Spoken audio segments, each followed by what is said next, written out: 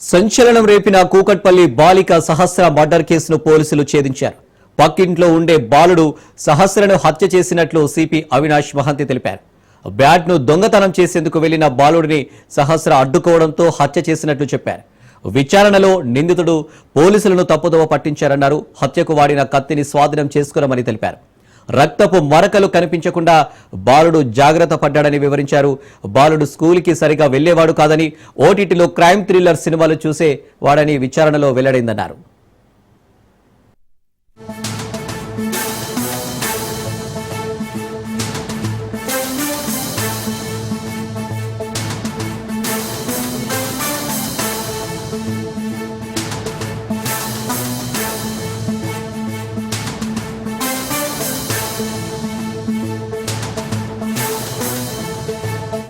వాళ్ళ ఇల్లు దగ్గర దగ్గర ఉంటుంది.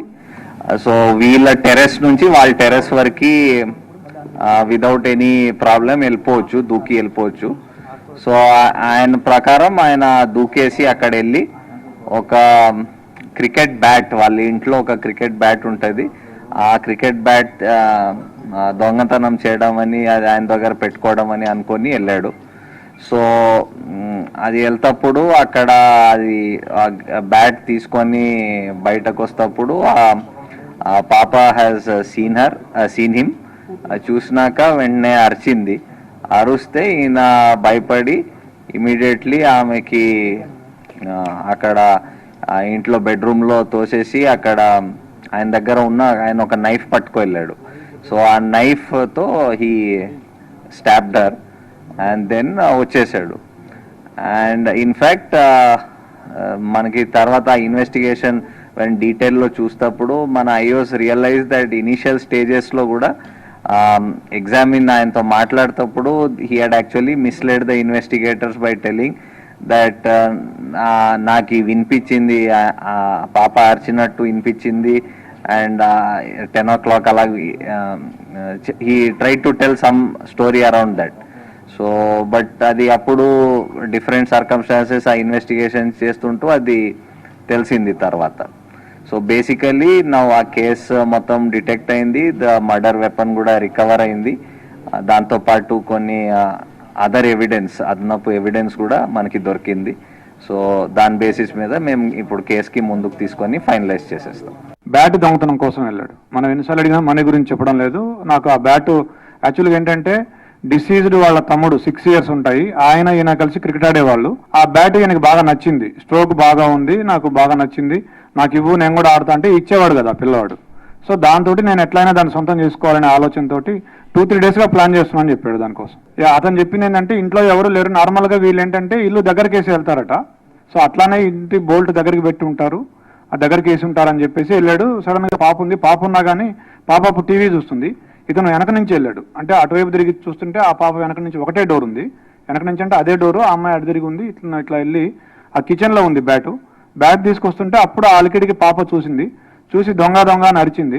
అరిస్తే అతను పరిగెత్తబోతే ఆ అమ్మాయి పరిగెత్తుకుంటూ వచ్చి చొక్కా పట్టుకుంది. అతన్ని పట్టుకుంటే ఆ కోపంలో తోసేస్తే మంచం మీద పడింది. మంచం మీద పడ్డాక కళ్ళు మూసుకొని విచక్షణ రహితంగా పొడి చేశాను చెప్పాడు. అతనికి బేసిక్ గా ఈ ఓటీటీల్లో, యూట్యూబ్లో ఈ క్రైమ్ థ్రిల్లర్స్, సస్పెన్స్ దాదాపుగా ఒక 5-6 సంవత్సరాల నుంచి అదే పనిలో ఉన్నాడు. స్కూల్ కూడా ఎక్కువ వెళ్ళేవాడు కాదు. ఎప్పుడు ఏదో ఒక తన ఆలోచనలో తనుండి ఇలా ఊహించుకుంటూ ఉండేవాడు. అతను పాప చనిపోయింది, మాకు తెలియదు అసలు ఇంత ప్రీప్లాన్ గా మర్డర్ చేస్తాడని. వాడు మాత్రము చాలా క్రూరమైన వాడు బాలుడు కాదు, చాలా మేజర్ ప్లాన్ చేసి మేజర్ వాడు మాత్రం భూమి మీద ఉండదు మేడం. ఒకటే చెప్తున్నాను, వాడు మాత్రం ప్రభుత్వం కఠినంగా శిక్షించాలి. కానీ ఈ పిల్లోడు చేసే పిల్లోడు సార్ పిల్లోడు చాలా పెద్దవాడు, వరస్ట్ క్యాండిడేట్, క్రిమినల్, చాలా క్రిమినల్. వీళ్ళు మాత్రం బాలుడని గుర్తించకండి మీరు. చాలా పెద్దోడు. వీళ్ళు చేసే పనికి వాళ్ళ ఫ్యామిలీ చాలా సపోర్ట్ ఇచ్చింది. 5 రోజులు వాడు ఇంట్లో ఉన్నాడు, అదంతా తీసుకొని ఇంట్లో పెట్టుకున్నాడంటే వాళ్ళ మమ్మీ వాళ్ళ ఫాదర్ మమ్మీ అడుగుతారు ఖచ్చితంగా.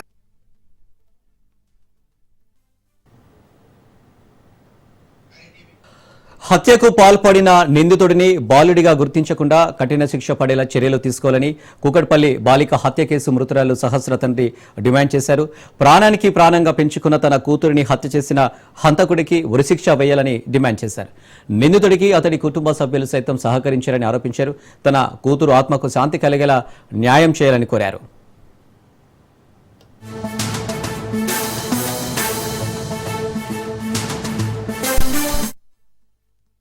పాప చనిపోయింది, మాకు తెలియదు అసలు ఇంత ప్రీప్లాన్ గా మర్డర్ చేస్తాడని. వాడు మాత్రము చాలా క్రూరమైన వాడు బాలుడు కాదు, చాలా మేజర్ ప్లాన్ చేసి మేజర్ వాడు. వాడు మాత్రం భూమి మీద ఉండదు మేడం, ఒకటే చెప్తున్నాను.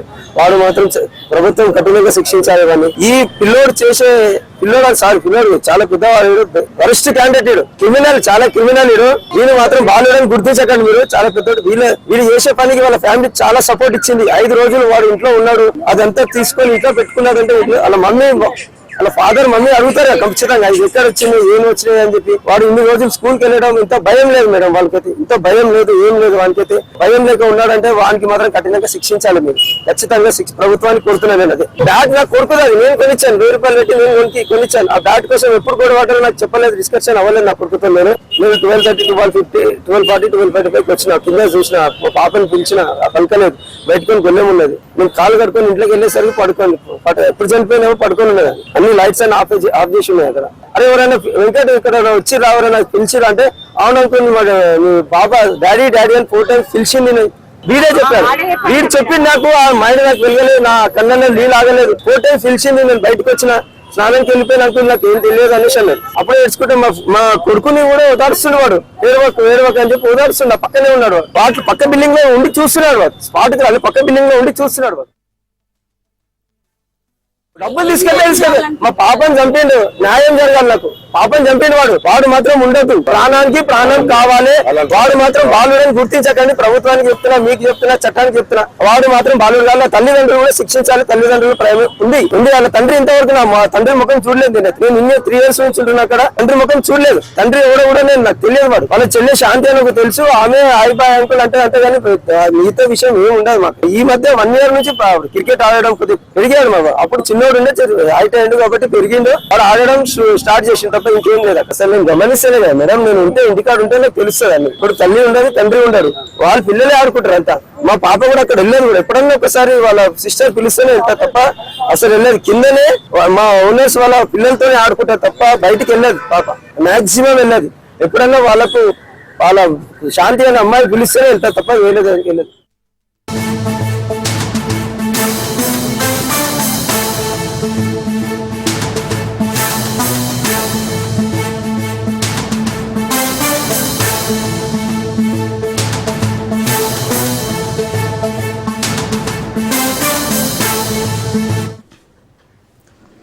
Breaking news. అనిల్ అంబానీ ఇంట్లో సిబిఐ దాడులు చేస్తుంది.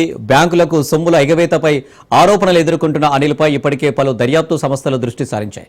17,000 కోట్ల రూపాయల ఎగవేతకు సంబంధించి అనిల్ అంబానీ ఆరోపణలు ఎదుర్కొంటున్నారు. ఆర్కామ్ వ్యవహారంలో అనిల్పై తీవ్ర ఆరోపణలు వచ్చాయి.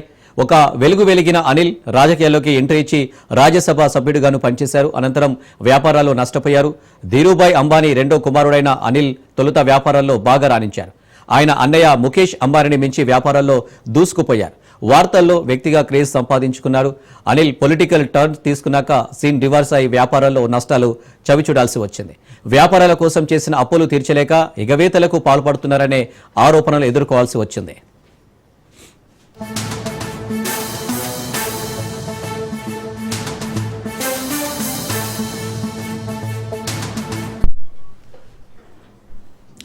ఇక అనిల్ అంబానీ ఇంట్లో సిబిఐ దాడులు చేస్తుంది. బ్యాంకుల సొమ్ములకు ఎగవేతపై ఆరోపణలు ఎదుర్కొంటున్న అనిల్పై ఇప్పటికే పలు దర్యాప్తు సంస్థలైతే దృష్టి సారించాయి. ఇక దీనికి సంబంధించి మరిన్ని డీటెయిల్స్ మా ప్రతినిధి పవన్ లైవ్ లో అందిస్తారు. పవన్, ముంబైలో అనిల్ అంబానీ ఇంట్లోతో పాటు కార్యాలయాల్లో యొక్క సిబిఐ సోదాలు కొనసాగుతున్నాయి. ముఖ్యంగా చూస్తే బ్యాంకులకు సంబంధించి 17,000 కోట్ల రూపాయలు ఎగవేతకు సంబంధించి దానిపైనే సిబిఐ ఇప్పటికే కేసు కూడా నమోదు చేసి పూర్తిగా అనిల్ అంబానీకి సంబంధించిన కార్యాలయాల్లో కూడా ఈ యొక్క రైట్స్ కూడా కొనసాగుతున్నాయి. మొత్తానికి చూస్తే 17,000 కోట్ల రూపాయలు బ్యాంకు రుణం తీసుకొని వాటిని ఎక్కడికి మళ్లించారని దానిపైన కూడా ఓరల్ గా ఇన్వెస్టిగేషన్ కూడా ప్రారంభమైంది. ముఖ్యంగా ఈ యొక్క సంస్థకు సంబంధించిన డైరెక్టర్లను కూడా ప్రజెంట్ సిబిఐ అధికారులు కూడా విచారణ కూడా కొనసాగించారు. విచారణలో భాగంగా కొన్ని షెల్ కంపెనీలకు దీనికి సంబంధించి ఒక డబ్బు అక్కడికి ట్రాన్స్ఫర్ అయినట్లుగా దీనికి సంబంధించి సిబిఐ అధికారులు కూడా గుర్తించారు. అయితే ఓవరాల్ గా చూస్తే మాత్రము అనిల్ అంబానీ ఇప్పటికే ఈ యొక్క వ్యాపారాల్లో మాత్రం పూర్తిగా నష్టపోయారు.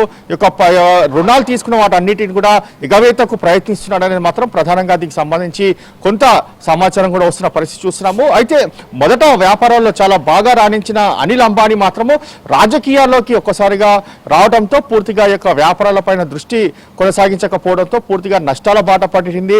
ఎందుకంటే ముఖేష్ అంబానీకి సంబంధించిన ఎక్కువగా ఈ యొక్క అనిల్ అంబానీ బిజినెస్ చేశారు. బిజినెస్ చేసి పెద్ద ఎత్తున కూడా దీనికి సంబంధించి డబ్బులు కూడా సంపాదించారు. దాని తర్వాత మాత్రము చూస్తే రాజకీయంగా రాజ్యసభ సభ్యుడిగా దీనికి సంబంధించి రాజకీయాల్లోకి రావడంతో దాని తర్వాత నెమ్మదిగా పతనమవుతూ వచ్చారు. ఇప్పుడు ప్రజెంట్ మాత్రము అనిల్ అంబానీకి సంబంధించి చూస్తే మాత్రము పూర్తిగా నష్టాల్లో యొక్క వ్యాపారాలు కూడా కొనసాగుతున్నాయి. అయితే యొక్క 17,000 కోట్ల రూపాయలు ఎక్కడికి మళ్లించారని దానిపైనే ప్రజెంట్ సిబిఐ అధికారులు కూడా దీనిపైన ఇన్వెస్టిగేషన్ కూడా చేస్తున్నారు. అయితే ఇప్పటికే సంస్థకు సంబంధించిన డైరెక్టర్లతో ఇన్వెస్టిగేషన్ చేసిన దాని నేపథ్యంలో కొన్ని కీలకమైన డాక్యుమెంట్స్ కూడా పోలీసులు స్వాధీనం చేసుకున్నారు. అయితే ఈ యొక్క స్వాధీనం చేసుకున్న డాక్యుమెంట్స్ మాత్రము ఎక్కడికి అంటే కొన్ని ల్యాండ్స్ కావచ్చు ఇతర సంబంధించిన కంపెనీలకు ఈ యొక్క డబ్బులు ఏ విధంగా పూర్తిగా ట్రాన్స్ఫర్ చేశారని దానిపైన కూడా ఇప్పటికే సిబిఐతో పాటు ఈడీ కూడా దీనికి సంబంధించి పూర్తిగా దృష్టి కొనసాగించి ఇన్వెస్టిగేషన్ చేసిన పరిస్థితి చూస్తున్నాము. ఓవరాల్ గా మాత్రము ఈ రోజు సాయంత్రం వరకు కూడా ఈ యొక్క సిబిఐ సోదాలు కొనసాగుతాయి. దాని తర్వాత ఇంత పెద్ద మొత్తంలో దీనికి సంబంధించి ఈ యొక్క డబ్బు ఎక్కడి నుంచి ఎక్కడికి ట్రాన్స్ఫర్ చేశారనేది మాత్రము కొంత సమాచారం వచ్చే అవకాశం కూడా కనిపిస్తుంది. Right Pawan, thank you.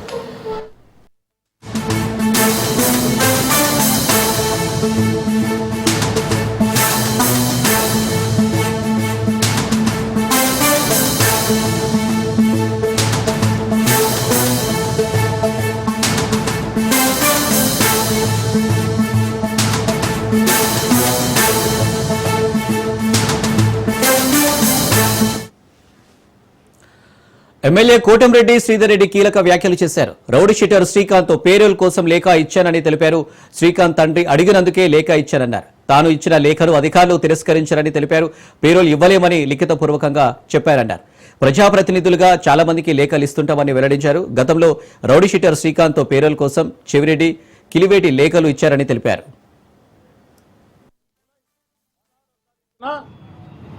ఇద్దరు ఎమ్మెల్యేల లేఖని తిరస్కరిస్తూ అవిలేష్ శ్రీకాంత్కి నియమాల ప్రకారం పెరోల్ ఇవ్వలేము కాబట్టి మీరు ఇచ్చిన లేఖని తిరస్కరిస్తున్నారని చెప్పని ఈ సంవత్సరం జూలై 16వ తారీఖున అధికారులు నాకు అటు గూడూరు శాసనసభ్యులు మిత్రుడు పాషం సునీల్ కుమార్ గారికి రాతపూర్వకంగా ఇచ్చిన సమాధానం. అయితే ఒక పెరోల్ విషయంలో ఇద్దరు శాసనసభ్యులు మానవతావాదంతో పరిశీలించి న్యాయం చేయమని లేఖ ఇస్తే అధికారులు తిరస్కరించారు. వారి కారణాలు వారికి ఉంటాయి. మరి ఆగస్టు 30వ తారీఖున అధికారులు పెరోల్ మంజూరు చేశారు. మిమ్మల్ని అందరినీ కోరుతూ ఉన్నా, మీ ద్వారా రాష్ట్ర ప్రజలందరికీ తెలియజేస్తూ ఉన్నా, ఈ సంవత్సరం జూలై 16వ తారీఖున మా లేఖలు, ఇద్దరు ఎమ్మెల్యేల లేఖలు తిరస్కరించిన అధికారులు అవిలేష్ శ్రీకాంత్ పెరోల్కి అర్హుడు కాదు అని చెప్పిన అధికారులు 14 రోజుల తర్వాత, అక్షరాల 14 రోజుల తర్వాత ఉత్తర్వులు ఇచ్చారు, అనుమతులు ఇచ్చారు పెరోల్కి అర్హుడు అని. మా హోంమంత్రి అనిత గారు కూడా ఇదే చెప్తూ ఇద్దరు ఎమ్మెల్యేల లేఖలను తిరస్కరించిన 14 రోజులకి ఈ పెరోల్ ఎలా వచ్చింది అన్నది విచారణకి ఆదేశించాం. ఆ విచారణలో అన్ని విషయాలు తెలుస్తాయి. దీనికి కారకులు ఎవరు అన్న విషయాలు తెలుస్తాయి. వారి మీద చర్యలు తీసుకుంటామని స్వయంగా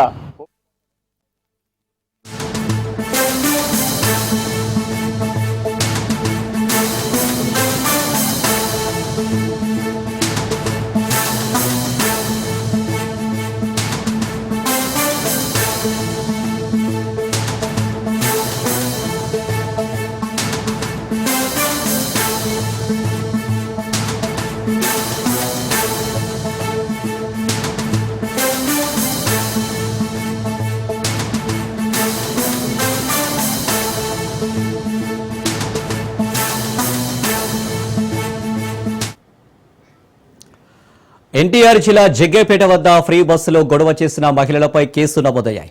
ఇటీవల విజయవాడ జగ్గేపేట బస్సులో సీట్ కోసం మహిళలు జుట్టు పట్టుకుని కొట్టుకున్నారు. ఒకరిపై ఒకరు పిడిగుద్దులు కురిపించుకున్నారు. వారికి ఎంత చెప్పినా వినకపోవడంతో బస్సును డ్రైవర్ నేరుగా జగ్గేపేట పోలీస్ స్టేషన్కు తరలించారు. దీంతో బహిరంగ ప్రదేశాల్లో అనుచితంగా ప్రవర్తించడం, ప్రభుత్వ ఆస్తులకు నష్టం కలిగించడం, పబ్లిక్ న్యూసెన్స్ సెక్షన్ల కింద వారిపై పోలీసులు కేసు నమోదు చేశారు.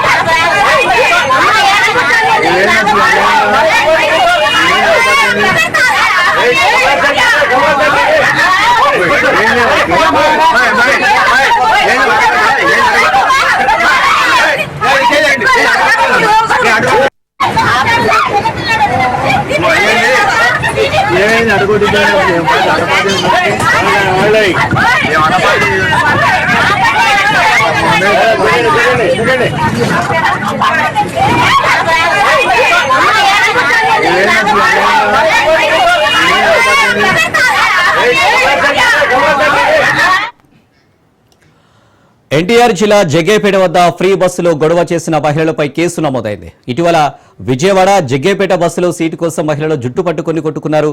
ఒకరిపై ఒకరు పిడిగుద్దులు కురిపించుకున్నారు. వారికి ఎంత చెప్పినా వినకపోవడంతో బస్సును డ్రైవర్ నేరుగా జగ్గేపేట పోలీస్ స్టేషన్కు తరలించారు. దీంతో బహిరంగ ప్రదేశాల్లో అనుచితంగా ప్రవర్తించడం, ప్రభుత్వ ఆస్తులకు నష్టం కలిగించడం, పబ్లిక్ న్యూసెన్స్ సెక్షన్ల కింద వారిపై కేసులు నమోదు చేశారు పోలీసులు. ఇక దీనికి సంబంధించి మరిన్ని డీటెయిల్స్ మా ప్రతినిధి శ్రీనివాస్ అందిస్తారు. శ్రీనివాస్,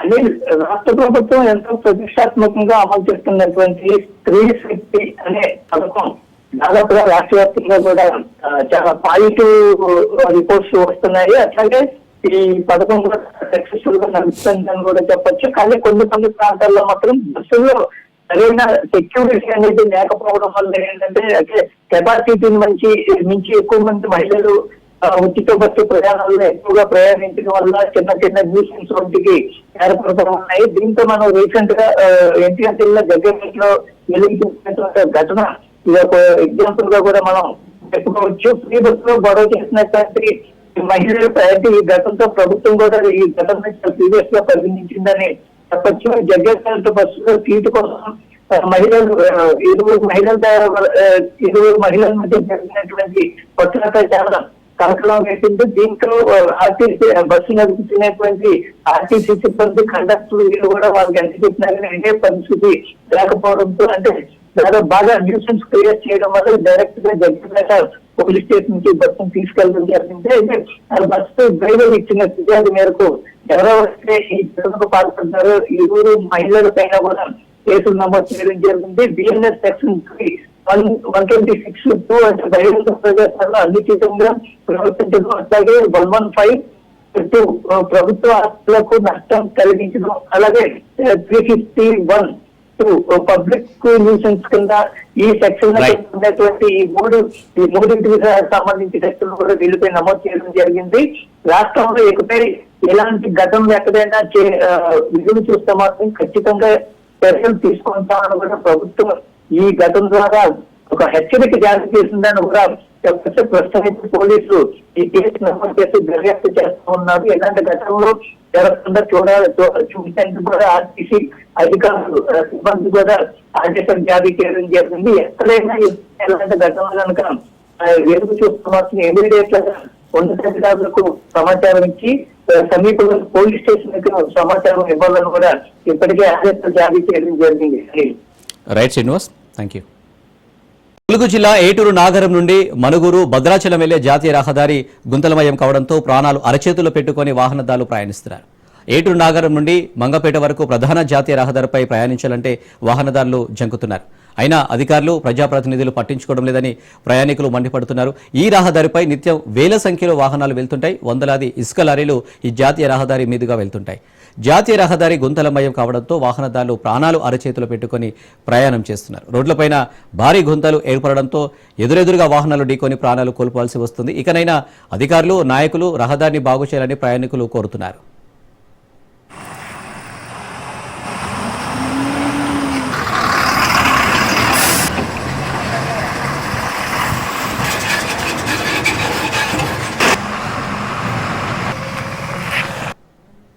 ఇక్కడ నుంచి 7:30 రహదారి ఈ వర్షాలకు కూడా మొత్తం ఖరాబ్ అయిపోయింది.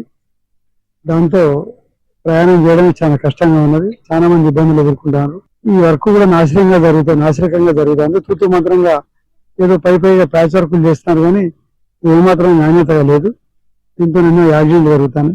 ప్రయాణం చాలా భారంగా మారుతుంది. ఇదేదో పెద్ద హైవే, ఇది లాంగ్ రూట్ కు పోయేది. భద్రాచలం, రాజమండ్రి, కాకినాడ, విశాఖపట్నం సుదూర ప్రాంతాల రోడ్డు ఇంత అధ్వానంగా మారడం చాలా ఇబ్బందికరం. దీన్ని మినిస్టర్ గారు కల్పించుకొని దీన్ని రోడ్డు మంచిగా చేయాలని కోరుతున్నాం. ఒక మరణానికి శాసనంగా తయారైంది. ఇది ఎప్పుడు ప్రాణం పోతుందో తెలియదు. ఇక్కడ రోడ్డు మొత్తం గుంతలు బొక్కలవి ఒక వ్యవస్థను మొత్తం ఇది రోడ్డు మార్గాన్ని మొత్తం ఇది ఒక ప్రాణానికి నష్టమైన మార్గంలో నడుస్తుంది. అధికారులు కళ్ళు మూసుకొని ఇప్పటికి ఉంటున్నారు. దయచేసి కళ్ళు తెరిస్తే జనాల ప్రాణాలను కాపాడగలుగుతారు. కాకపోతే పూర్తి నియమం గవర్నమెంట్ చర్య ఉంటది. ఏదున్న బాధ్యత వాళ్ళదే. పరిస్థితి ఇవాళ ఒక ప్రాణం ఇప్పటికీ దీంతో 4 యాక్సిడెంట్ జరగడం. కాబట్టి ఏదైనా గవర్నమెంట్ చేయాల్సి ఉన్న పూర్తి బాధ్యత వాళ్ళది. ఇవాళ ఇంత నిర్లక్ష్యం ఉన్న కారణము గవర్నమెంట్ చాతగాని తరం తప్ప ఏం లేదు, అధికారులు తప్ప. కాబట్టి ఇక్కడైనా చర్య తీసుకొని దీని పూర్తి విచారణ, దీని రోడ్డు నిర్మాణం అనేది మొత్తం జరగాలి. నిర్మల్ జిల్లా కుబీర్లోని సంతలో కూరగాయలు కొనుక్కొని బైంసా వెళ్తున్న 2 మహిళలు ఆర్టీసీ బస్సులో ప్రయాణిస్తున్నప్పుడు ఆకుకూరలు తెంపుతూ కనిపించారు. ఈ సంఘటన ప్రయాణికులను ఆశ్చర్యపరిచింది. బస్సులో ఖాళీగా కూర్చోకుండా సమయాన్ని సద్వినియోగం చేసుకోవాలనే ఉద్దేశంతో వారు ఆకుకూరలను శుభ్రం చేయడం ప్రారంభించారు. సుమారు అరగంట ప్రయాణం తర్వాత బైంసా చేరుకోవాల్సిన నేపథ్యంలో ఈ పని చేయడం ద్వారా పనిభారం తగ్గించుకున్నారు. ఈ సన్నివేశాన్ని గమనించిన బస్సు కండక్టర్ దృశ్యాన్ని తన మొబైల్ ఫోన్లో రికార్డ్ చేశారు. ఈ దృశ్యం సోషల్ మీడియాలో వైరల్ అవుతుంది.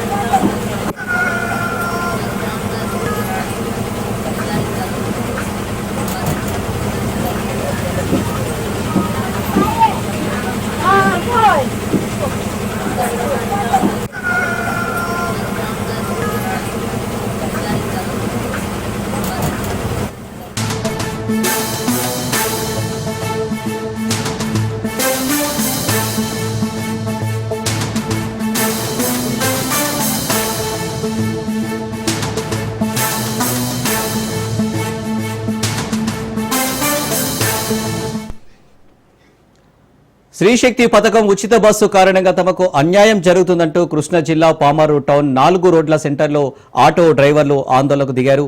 ఈ సందర్భంగా ఆటో డ్రైవర్లు మాట్లాడుతూ ఉచిత బస్సు పథకం వల్ల తమ ఉపాధి కోల్పోయామని వాపోయారు. ఉచిత బస్సు పథకం వల్ల తమ కుటుంబాలు రోడ్డున పడే పరిస్థితి వచ్చిందన్నారు. ఉచిత బస్సు వల్ల మహిళలకు లబ్ధి చేకూరుస్తున్న ప్రభుత్వం ఆటో కార్మికులకు కూడా మహిళలకు ఉచితంగా నడిపే అవకాశం ఇవ్వాలని కోరారు.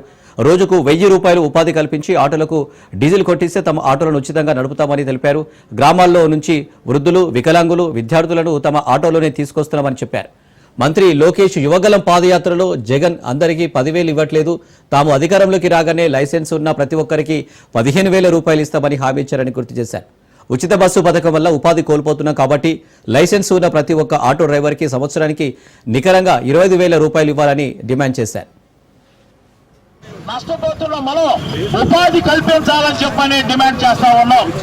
లేదు కానీ మనం సాధించుకునేంత వరకు ఈ నిరసన కార్యక్రమాన్ని కొనసాగించాల్సిన అవసరం ఎంతైనా ఉంది.